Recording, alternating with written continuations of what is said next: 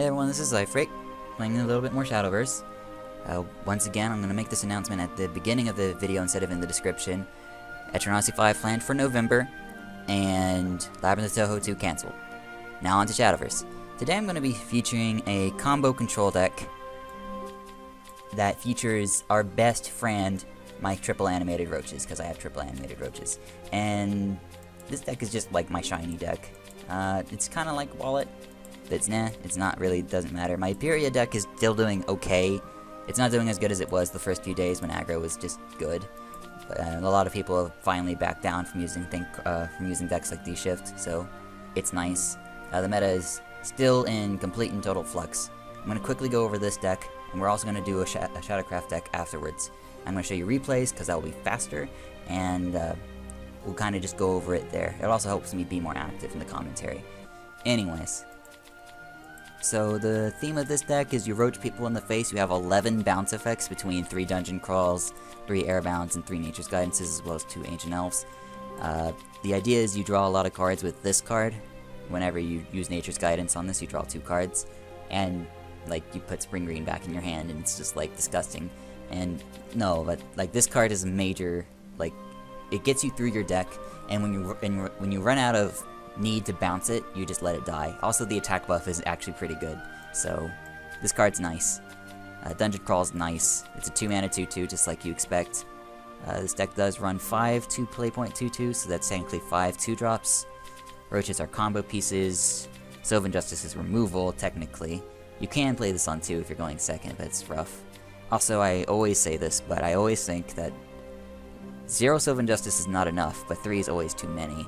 So I always recommend like 2 Sylvan Justice and never 3, because Sylvan Justice is a low value card. The fairy is nice and such, but you don't want Sylvan Justice all the time. I'm going to take this apart card by card real quick. Guidance is used to bounce this card is used to bounce this card and do damage at the same time. This card is used to bounce this card and have a 2/2 body at the same time. This card's here to kill people. This card is here to get extra fairies into your hand around the evolve turns. You can either evolve other things than the bard and on the same turn to get the fairy guaranteed, or you can just play it into their evolve turn so that when they evolve you get a fairy. Sylvan Justice is removal. This card draws more cards. I'm considering maybe snipping these out for different cards. This is one of the cards I'm testing right now, I guess you could say. I'm not sold on this, but it's not a bad card either. 2 Ancient Elves, because, like, you've made a forest deck with Roach in it and not Ancient Elf, and that doesn't make sense. But Ancient Elf isn't fantastic. Sometimes you play it on turn 3, and you just play it on turn 3 just to play it on turn 3.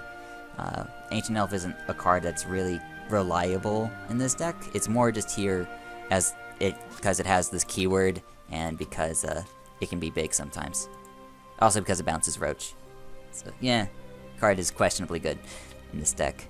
3 Elven Princess Mage gets you 0 mana fairies. These are very good for comboing Tia on the next turn, or just holding onto for Roach combos and crap. Yule is more removal. People who play Swarm decks, Yule is very good at cleaning them out. Yule is also a kind of you must kill me, because this is a constant effect and not just an evolve effect. Tia is because Tia is hella good when you get 0 mana fairies, a lot of 1 mana cards, and a lot of bounce. If you have a lot of bounce and a lot of cards, like this card's nuts. Why wouldn't this be in the deck? Likewise with Aaron, you can bounce Aaron if you really need to. It's hard to recycle Aarons, but on like turn 10 you can recycle Aarons. It's no big deal. You can recycle her. It's fun. 2 Cassios for board clears. 2 Bahamut. Like these are all the board clears. These 2 serve as board clears. Alright, so let's go over the games. I'm going to show you both wins and losses. We're going to skip the 2 Swordcraft games because I misread the quest. My quest today were win 3 Forest games, win 1 Forest game, and win 4 Shadowcraft games. Now the games are going to go kind of quick, so I'm going to kind of like turbo mouth it here. And then you can kind of see how this deck functions, and how maybe like a Silver Bolt or something would work in this deck. But as I said, not worried about it for now. So this is a bad hand because Rhinoceros is in it, and you don't want Rhinoceros early, you kind of want to draw into it. But the game was like, hell no, you're going to have Rhinoceros now. Now, having combo pieces in your hand in the early game is not really fun, but hey, whatever. Fine, you have a Roach now. I'm going to play Spring Green because it makes Dungeon Crawl a 2 mana 2/2 draw a card, and that's just good. So we play our 2 mana 2/2 draw a card. Let's see what we get. Now we just casually draw a Sylvan Justice that isn't supposed to be in our hand yet. Nice. Crystals of snow shimmer in the night. Plays Princess. Princess Snow White is a lot less of a threat now that she doesn't gain health on evolution. Crystals of snow shimmer in the night. So we're just going to Sylvan Justice it and tempo the fairy, I think. Nope, I'm going to still Sylvan Justice it, but yeah. Instead of playing the fairy, I play Spring Green. This creates a 3-1. 3-1s are kind of good because they break through Grimners. He plays more removal, and that's fine. We'll make it next time. It's very abundantly clear that he likes amulets, and there's a few turns here where I think I threw the game. But it's always subtle when you throw the game. Always subtle. Oh, far's another 3-2, so I decided to play it. He plays Tribunal, so I get trashed. I'm gonna play Tia this turn. I don't think I'm making any mistakes yet. Away from here, intruder! You'll never get near the princess. He plays the Hound. He doesn't have Cudgels, because otherwise he would have used it. So he's going to use the Hound to clear Tia, because he knows how dangerous it is to keep it alive. Good on him. Most Masters players know not to keep Tia alive. It's just a bad idea. Now, this is the first turn I think I make a mistake. Now, I'm hedging that none of these 4 cards are Themis Decree, and he's drawn 10 cards. This card does not draw Themis Decree. It draws 3 followers. So when I evolve this and this kills this and he gets this effect, it's going to draw 3 followers and not Themis. So this was kind of risky. There's a very reasonable chance a player has Themis Decree in the top 11 cards of their deck, and I think this even triggers before your natural draw, so it makes it more likely to draw Themis. So I think this was a bad call on my part, and a big part of why I lose this game later. Should I turn you to ash? Don't get burned.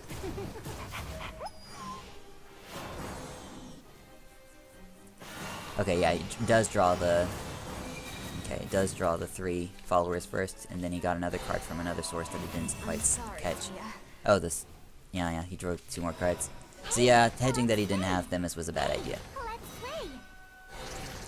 And then I make another mistake and play just roaches instead of nothing. I should have just passed the turn. Instead I'm doing this nonsense. Like, I should have just kind of held still. I had no reason to push roaches here, especially if I could have gotten a bigger roach combo later in the game. He plays double Grimner, which is fine. He of course is going to evolve because he also knows keeping roach alive is not a good idea. At this point it kind of feels like I've thrown the game already. But we're gonna keep going because it's not always that simple. Sometimes you can throw the game and still win later. Alright, here's another turn where I kind of probably should have played a little bit better. So this play is fine, but the better play was probably to play Yule. Play Yule, evolve Yule, kill this, send the fairy here, Yule kills this. Right? And then play EPM as a 3-4. That would have left me with a 3-4 or 4-1, and he would have nothing. Instead, I play it like this, which instead of killing an extra card and not suiciding the fairy, lets him play Grail. And I should have known it was a Countdown Amulet deck the whole time, but I didn't, so I got trashed by Grail, and now I'm just getting trashed in general. Now, I'm kind of just desperate to put stuff on the board and try to get him to dead. So, I play into another Themis, thinking and hoping he just doesn't have it. And I think this proves unsuccessful because he plays Heresy's Avatar. Now, I could have kept Heresy's Avatar alive, probably. No, I couldn't have because it has 1 health. Alright, so let's do this turn by turn now. So, what I did do this turn is Venus Barrage, well I think I Barrage first. I Barrage first to I'm trying to fish for a Roach. I'm trying to draw cards to find Rhinoceros because I have 2 Rhinoceros left in my deck. And I need to kill him before he gets Satan cards. So I'm willing to let him have this. And that might be a mistake. We'll see. So right now I'm fishing for roaches.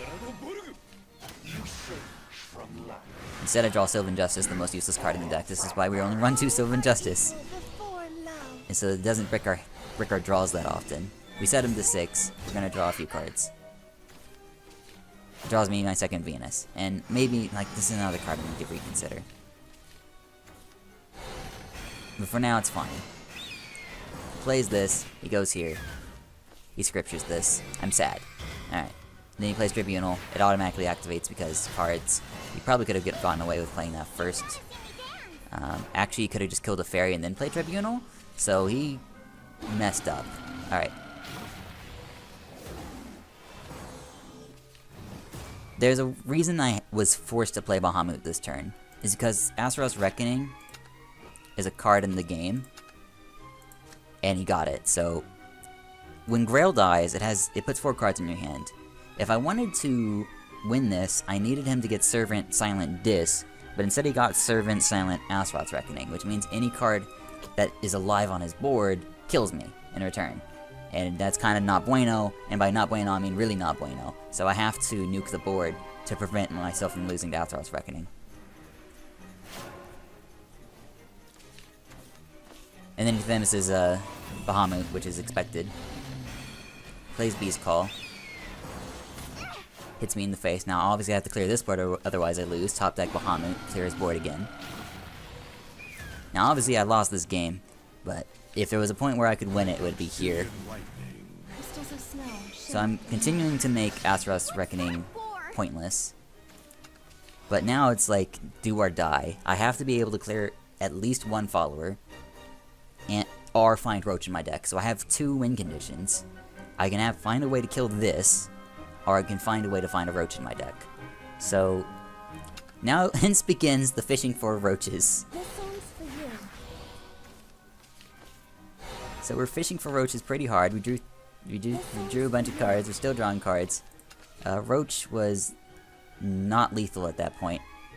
So at this point, at this draw, I needed Airbound Barrage, and I didn't draw Airbound Barrage. Oh no. So I lose. Crystals of snow shimmer in the night. Had lethal with Roach because I could use Roach to crash into this, along with the Sylvan Justice. So, yeah. This was a kind of a close game. I think I threw it by playing poorly. This is expected when you're like learning new decks. Now we go on a Runecraft and Havencraft fighting spree. I don't know what made these classes popular, but apparently they are. And now we can kind of see where this deck shines when it's not getting crapped on by Grail. Time for me to prove myself. Time to shine, Daria. Mulligan everything. There's no reason to keep anything, but I decided to keep Ancient Elf because, that deck, the Runecraft decks can be notoriously aggressive, so it's good on me to actually, you know, play it that way. I go ahead and play Roach here. I wanted to do this because it draws out removal. And in this matchup, on a dirt matchup, I'm more reliant on drawing removal. Now I completely forgot that card recovered a fucking play point. Like, I seriously thought this was just cycle itself like an insight, but no, it actually recovers the play point, and that caused my Roach to get clobbered, which is fine. We're just gonna play a 2/3. This hand is kind of pretty bad. It has 4 bounce effects and nothing to use them on. Thankfully my opponent doesn't seem to be doing much, so that's great. I decided to keep my Ancient Elf for later because it's of higher value to me. So I just throw the Dungeon Crawl out there. I'm just a mage who's as old as He's got Levi. My opponent makes the pretty stupid mistake of pointing the Crimson Sorcery at my face. We'll make it next time. And I don't know what makes people do this, like, on such a snap instinct to just missile me in the face, but like, why does it never seem like that's a good idea? It just never seems like that's a good idea. People just do it that way. Oh, and I got Spring Green protection, so now I'm gonna start getting cards back. So now I can turn these useless 1-mana cards into draw a card and do a thing. And it makes this deck kind of insane. The stars pale beside me. That was a pretty weak Cassio, but I figured Let's go. just better to not let him have anything and not use an evolution point, because we're trying to starve him of resources. Plays Professor. Cassio obviously wasn't going to help me against Professor, so we're going to have to do a different thing. We're going to play Airbound to draw a card, as well as set that to 2 health so that Yule can kill it with her effect. You're done for. Then I can play the Spring Green again to give you a 5 attack. Don't get burned. Usually this extra 1 attack doesn't mean too much, but it often does, at least at one point in the game. The attack off of this card matters.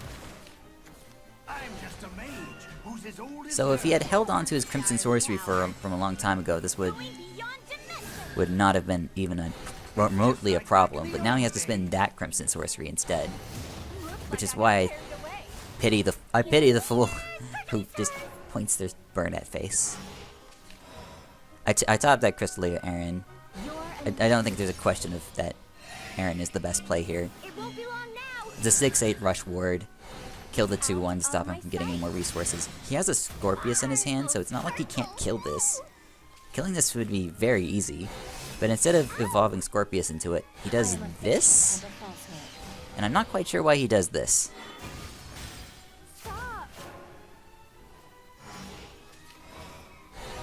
I'm gonna draw some more cards.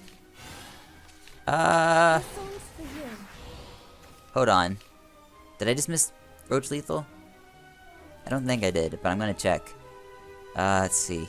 We had 9 play points. This wasn't in our hand yet. We played, what, Nature's Guidance? Okay, so we Nature's Guidance is 1, 2, 3, 4, 5, 6, 7. That was not lethal? It was... okay, so Spring Green was on the board. Guidance Spring Green. Draw a card. Spent 1 mana, played 1 card. Play the Spring Green again. Roach is 3, then Roach is 5, then Roach is 7. But we don't have enough mana to make it 7 because Dungeon Call costs 2. But we can use Airbound, but I don't have Airbound in my hand. 3 plus 5 plus 7, 7 plus 5, 14, 15, 16, 17. No, it was not lethal. Okay, checked. Did not miss lethal. I'm Force Protector. Roach math is hard sometimes, I swear. The journey continues. Death is another fiction. I think he still has the Crimson Sorcery in his hand? No, he just has Levi's. So this card is really fucking annoying, for obvious reasons. But, and this guy is being a nice guy. So to get out of the situation, Bahamut just, like, cleans house and stops him from having stuff. But we don't have Bahamut right now, so we're just gonna have to play Tia and live with that. I considered playing Cassio there, but decided against it. Because I can recycle the Tia. Recycling Tia is pretty good. I figure I'm going to need some more removal to kind of keep up with him, so we're just going to keep playing the removal game. Plays a Calamitous, no big deal. Now he plays his Scorpius and his Illusionist, and it's like, okay, you can have all those things. And that's not Bahamut, so we're going to have to clear the board.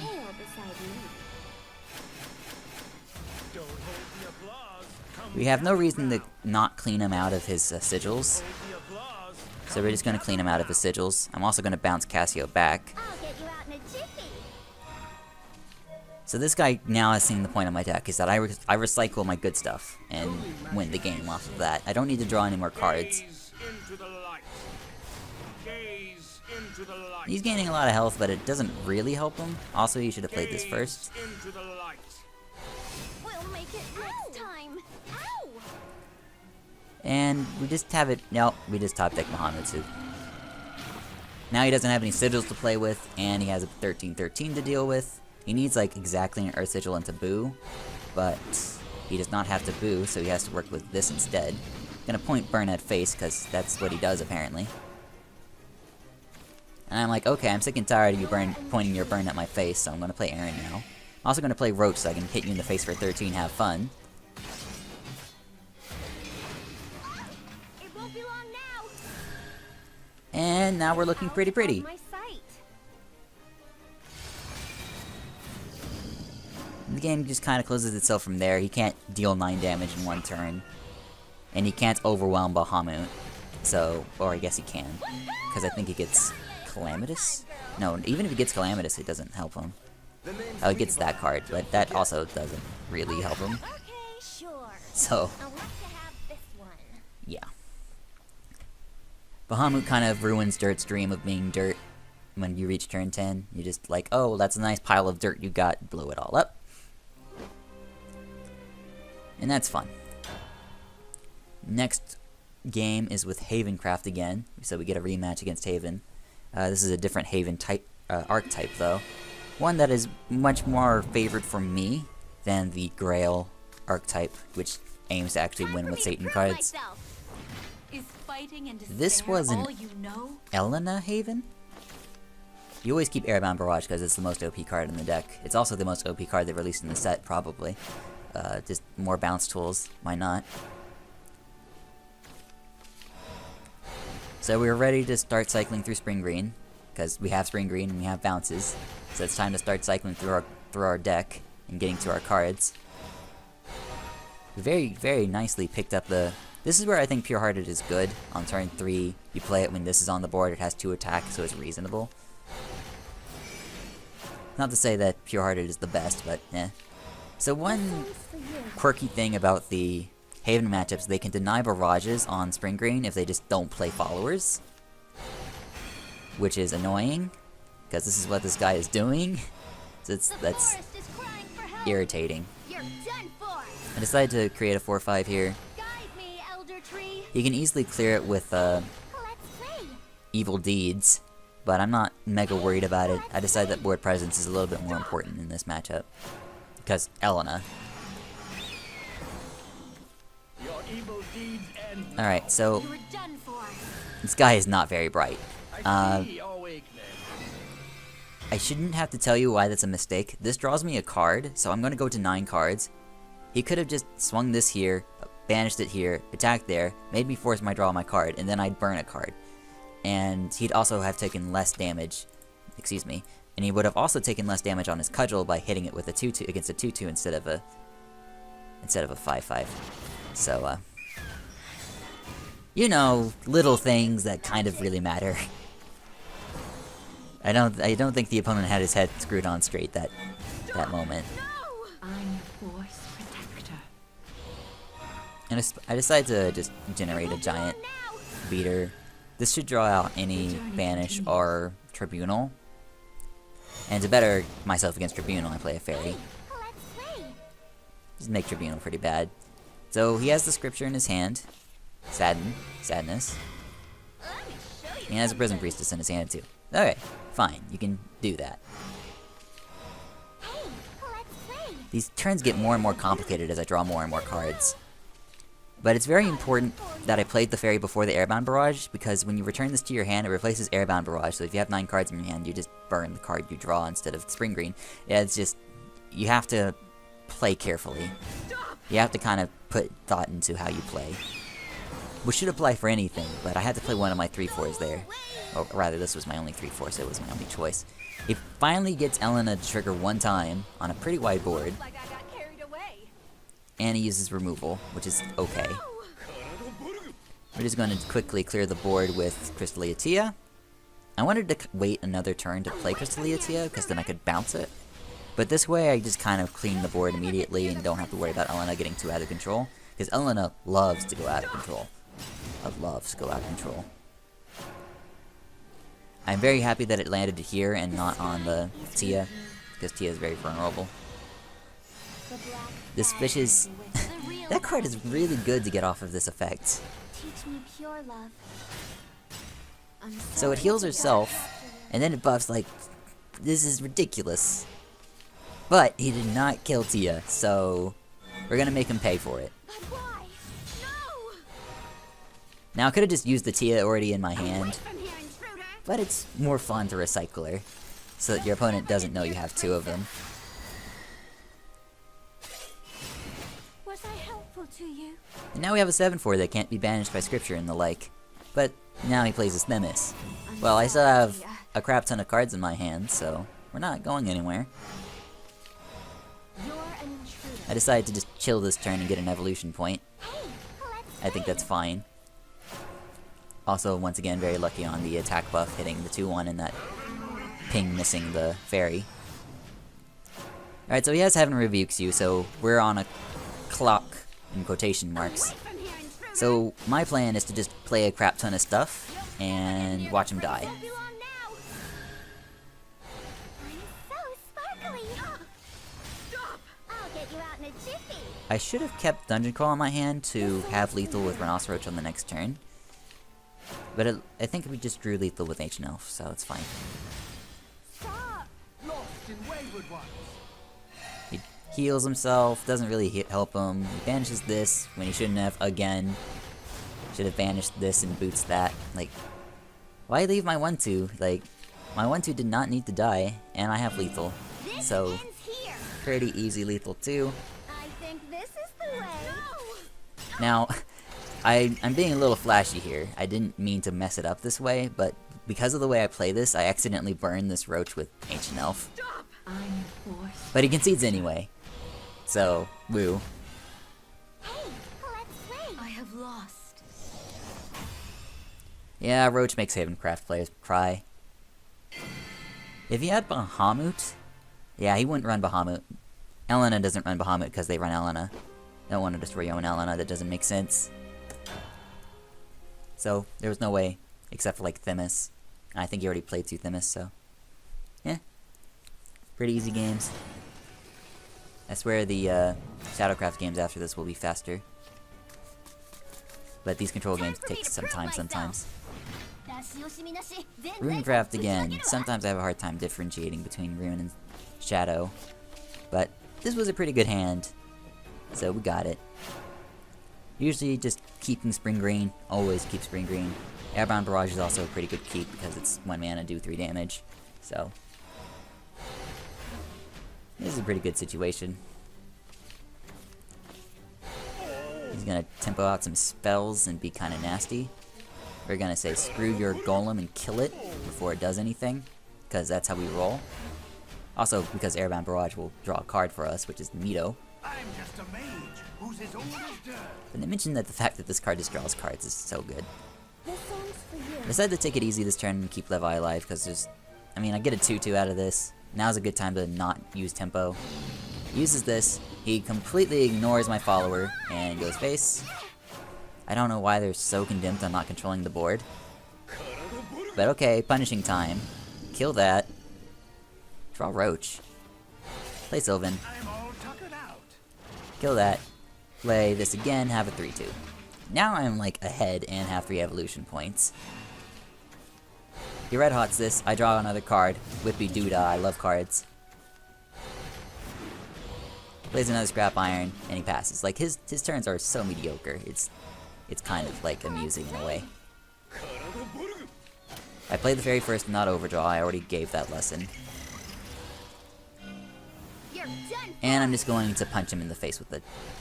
I'm just gonna punch him in the face with the Rhinoceros. And bounce it back. This is gonna cause me to burn a card. I don't care about burning cards. Better not be mean. Now this is an insane turn for him, because he actually has a play that Cassio cannot kill. He plays 9 health worth of stuff, and then kills that with an amulet, so I can't clear with Cassio. And I was sad. I was very sad. I'll get you out in a jiffy. So he played it in this order. For ya. Otherwise, you It know, won't be duh. long now. You kinda have to play it in that order. Should I turn you to ash? This is a very mediocre turn on my part. It's just like, oh, well, I have to clear the ward now. He spammed What's With You after his turn here. As you will see, his turn is pretty mediocre. I'll handle this alone. Easy. I'll be eating good tonight. And then he concedes. Next time. Because, well, I mean, I could just Cassio and then roll the game over. So, I don't blame him. He was also out of cards, and I had a ton. And that was the games with that deck. I had played this on previous days, but not too important. Next we're going to show off some Aggro Shadow. I played these in unranked because I wanted to kind of see, to gauge my Forest Craft by playing ranked. One way I gauge is by how many points I get in a certain span of time. Actually, this was the sword game, to be a deck that aggro beats. But, oh well, what you gonna do about it? I'm playing in unranked, we're in a Shadowcraft mirror, and I'm gonna use this game to illustrate a point that I think a lot of people just don't understand. Let's play together. if you're making a Shadowcraft aggro deck, you need to put cards that don't do 1 damage outside of Goblins and Skullbeast. You need cards with more than 1 attack. Like, they do cute things, like run corpses, and it's like, no, don't put that card in your deck, that card is garbage. Card is hot garbage and aggro. So, I just have the 1, 2, 3 curve, so I'm just playing my 1, 2, 3 curve. He plays this on turn 1. It's a pretty slow card. Then he plays this, which is also a astoundingly slow card. So I'm just like, okay, I'll just roll you over, I guess. So then he does this cute thing where he sacrifices this to kill a random one of these, and it hits Bellamus, so Bellamus hits that, and he's like, oh look, my board position is still really, really good. Let's just play my card draw on my Skeleton Knight now. I want to go through this game to demonstrate why this card is always better than Chimera in an aggro deck. Alright? So Chimera would have been a 1-1 here. Skeleton Knight is a 3-1. Alright, so I do this trade, stop him from trading here, and then I go face. So now I have a 3-1. He plays his Bone Chimera. Look at how weak this thing is. It doesn't have 3 attack. He plays another Parade, and I still have my Skeleton Knight. So the Skeleton Knight's officially already doing 2 more damage than Chimera would have. Right? That's already abundantly clear. So we're gonna play Cerberus, because it's a little obvious. We're going to evolve this, and we're gonna push face more. If this was a Bone Chimera, this would have done 3 damage instead of 5. Instead of being it's just dumb. So instead of being at 7 health, he's at 5, and he just has no chance to recover at all. Like, he needed, like, what, like, Necro Assassin that turn? Like, a lucky Necro Assassin that turn? Like, he was not winning. And every time I play Skeleton Knight, I'm going to do the same thing. I'm going to go, like, here's what Chimera would have done, here's what Knight's doing. In an aggro deck, pushing as much face damage as possible is very, very important, so why put Chimera in your deck if it only does 1 damage? That's my main point. Why put Chimera in your deck if it only does 1 damage? This hand's pretty mediocre. I'm going to, of course, mulligan the Dance and the Staircase away. And my hand is a little bit better. Yeah, the hand's a little bit better. You don't keep Staircase in your opening hand because it's more important for you to have a 1/2 1-drop on turn 1 than the Staircase. Play 2-drop on turn 2. He's playing Dirt, so he can't be that dangerous. Alright, we play another 2-drop. I figured the Skeleton Knight was a little weaker here, and I wanted to kind of set up my card draw for later.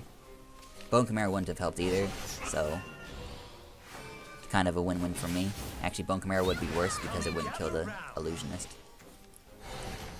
So he's making his Magic Illusionist do work, and that's fine. I'm just going to keep hitting him in the face. And I do mean that, I'm just going to keep hitting him in the face. Because my deck is a face deck, it was built to go face, so I'm going to go face. Now watch this badass play this guy makes. So this guy is like, bring it on, dude, I can race you. I can race you, bring it on. And he doesn't even like bother killing this, because why would he bother killing this? Alright, so if this was a Bone Chimera... Oh, Bone Chimera doesn't kill anything.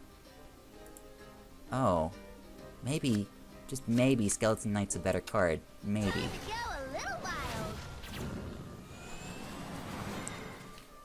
But, no, seriously, I'm gonna keep bashing on Bone Chimera because it's a shitty card that you should not put in your aggro deck. You're fine to put Bone Chimera in the mid-range and control aggro, like, but don't put Bone Chimera in your aggro deck. That's just so dumb. I don't know why I see that. I don't know why I see Bone Chimeras in aggro decks. It does not work there. And he goes face again. Like, hello, perfectly good trade here. Alright, fine, I'll make the trade for you.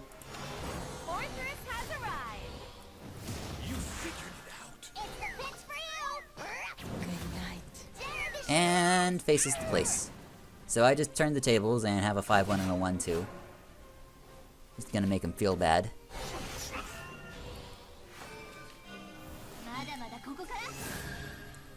He evolves a Dwarf Alchemist, which is fine. He kills my 5-1, which he should have done 10 years ago. He plays a Halo Golem that doesn't activate. So he played a Desert Rider. That's cool. Oh look, the reinforcements have arrived. And we're just gonna go face now. Gotta take what opponents you get into trouble. I'm coming for you.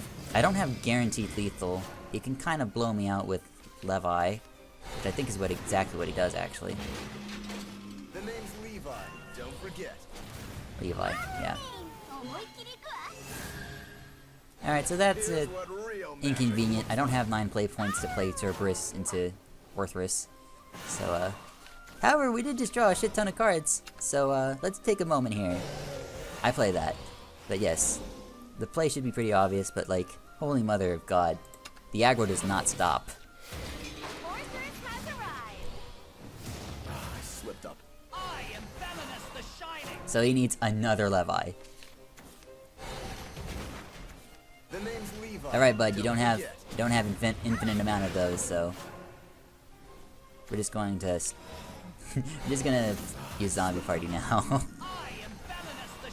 This doesn't set up lethal in any capacity, but hey, it's fancier. I am a fiction and I should have probably played Cerberus into Party there, but this is unranked and I'm allowed to have fun.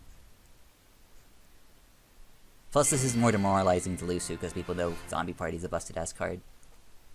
So that's nice.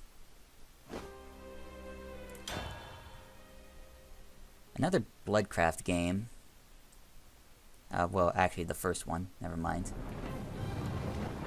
So Bloodcraft is a tricky matchup for Shadow Aggro because you need to know when to push past Vengeance and you don't know what deck they're playing immediately. It's very hard to tell what the deck is if they don't play Cursebrand Vampire on turn 1.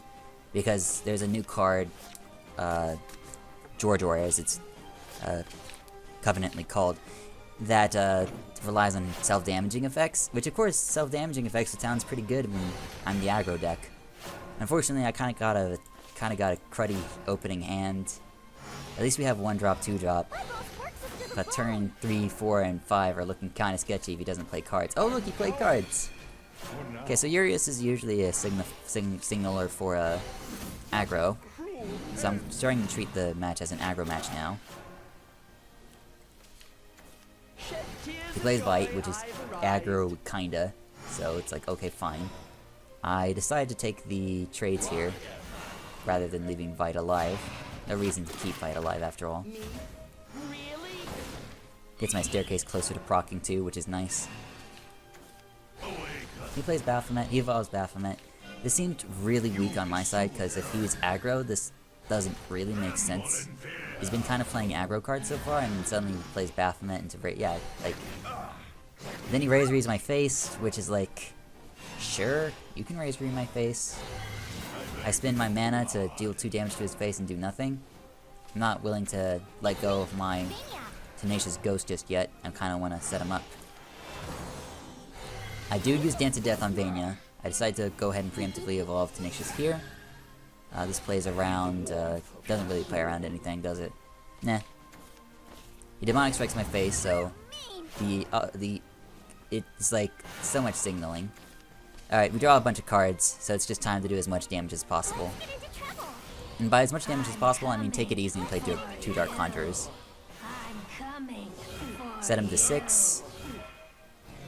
So now he has to deal with a 4/5 and 2 2/2s, and dice a Phantom Howl if he clears my board. Unfortunately, he didn't have any healing, so he's just going to die. Weakness the power. And that's as simple as this game gets. He did a lot of damage to my face, and that's kind of commendable, but Shadowcraft is a lot more bursty, I think. Yeah, bursty would be the right word. It's just a lot of damage at once. Also, Phantom Howl is ridiculous, are you kidding me? The only necromancy effects in this deck are the Phantom Howls and the mummies. Yeah, I have 2 lesser mummies in this deck as well. Because 2 mana 2/2 storms are pretty good. It doesn't run. My deck doesn't run Little Soul Squasher because I just like having the shadows as fuel for Phantom Howl. Also, usually Soul Squasher doesn't do that much. Like, usually it's like, oh, I technically did like 1 or 2 damage. Come on. So Soul Squasher isn't always that great. Dragoon, ruler of the skies. Well, there's 2 very easy steps to make a Dragoncraft player cry, and the first of those steps is to play an aggro Shadowcraft deck. So remember earlier when I said Zombie Party is very demoralizing because it's obviously too powerful? To the bone. Yeah. So we just smoothly get rid of his Bane, ping him in the face a little bit, and he quits. I admit defeat. When you do aggro better than Dragon can do aggro, it's pretty good. It's pretty good. Alright, so the Shadow aggro deck, like, if you've been around since Standard, or even like any expansion before this deck list should look pretty familiar. That's because it's like so basic and you can't mess it up that it hurts. It also doesn't have any legendaries. Well, I guess it does have Serb. But like, even if you don't have Serb, yeah, even if you don't have Serb, the deck isn't too bad. But like, Serb is just so good. So, yeah. Like, you play a 1-drop on turn 1, like you have, what, 8 1-drops and 2 and 3 of them draw cards later. Like, this is gas on gas on gas, because the staircases cannot draw this, which is the only direct burn spell in the deck. It can't draw this, and it can't draw these. But it does draw these, it does draw Lesser Mummies, it does draw Conjurers, it does draw Bellinuses, it does draw Rabbit Necromancers, and it does draw Skeleton Knights, so this card turns out to be pretty good. I mean, sometimes it draws these too, but hey, it's fine. And those are the decks I wanted to show off today. See ya, bye-bye.